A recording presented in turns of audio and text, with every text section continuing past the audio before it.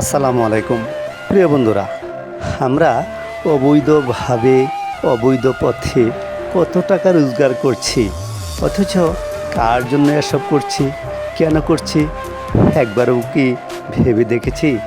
মনে রাখবেন, তিন পুরুষের পর আপনার নামটি পর্যন্ত কেউ জানবে না, কিংবা কেউ জিজ্ঞাসাও করবে না। যেমন আপনি ভেবে দেখুন তো, আপনি কি কখনো আপনার বাবার দাদার কথা জিজ্ঞাসা করেছেন? না, জিজ্ঞাসা করেননি, এমনকি ভেবেও দেখেননি।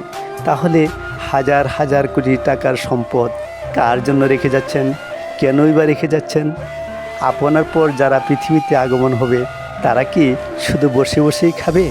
তারা কি কোনো কাজই করবে না?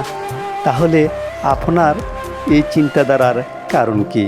মহান সৃষ্টিকর্তা আমাদের এই সকল দিকগুলো বুঝবার, জানবার তৌফিক দান করুন এবং সঠিক পথে সঠিকভাবে চলার তৌফিক দান করুন।